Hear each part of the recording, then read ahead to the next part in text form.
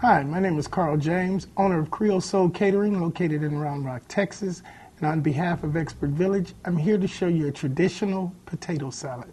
Okay, potato salad, and better yet, a traditional potato salad.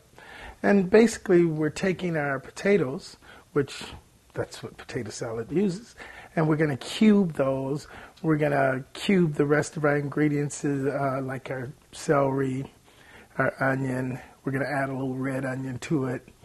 We're also going to add some chopped boiled egg, and we're going to add a little chopped bacon at the end to add a little smokiness to it, something I like to do with the potato salad. Potato salad, you can find it from region. It differs from region to region, from country to country.